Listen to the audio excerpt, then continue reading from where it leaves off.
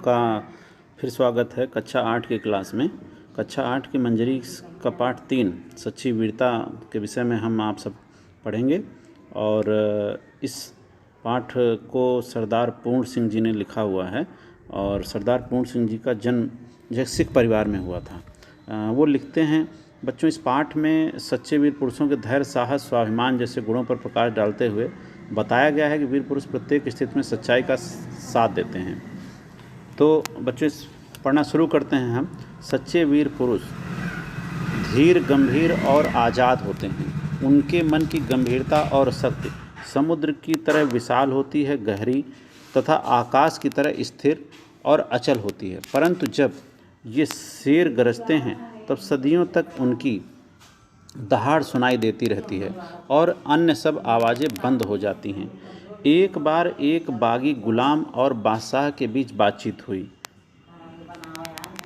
यह गुलाम कैदी दिल से आज़ाद था। बादशाह ने कहा, मैं तुमको अभी जान से मार डालूँगा, तुम क्या कर सकते हो? गुलाम बोला, हाँ, मैं फांसी पर तो चढ़ जाऊँगा, पर तुम्हारा तिरस्कार तब भी कर सकता हूँ। और इस गुलाम ने दुनिया के बादशाहों के बल की हद दिखला दी।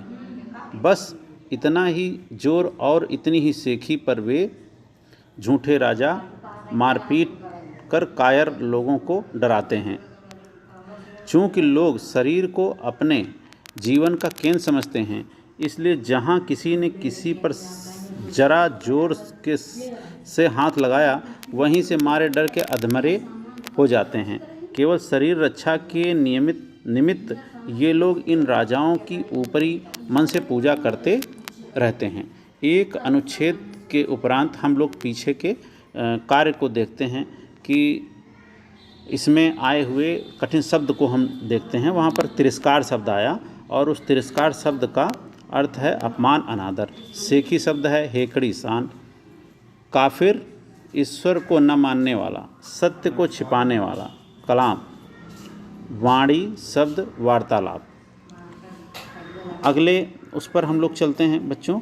और इस विचार और कल्पना, वीर पुरुष की तुलना करने बरसने वाले बादल से और कायर पुरुष की तुलना गरजने वाले बादल से की गई है। बच्चों इस आज का जो गृह कार्य है उसमें हम आप देख रहे हैं कि खाली कोष्ठक में दिए गए नामों से चुनकर वाक्य के सामने लिखना है। मतलब खाली जगह हम लोगों को भरनी है। और खाली जगह में जैसे लिखा, महाराजा रणजीत सिंह, मंसूर नेपोलियन बादशाह का अनलहक अहम ब्रह्मास्मि, मैं तुमको अभी जान से मार डालूँगा, अटक से पार जाओ, आलपस है ही नहीं।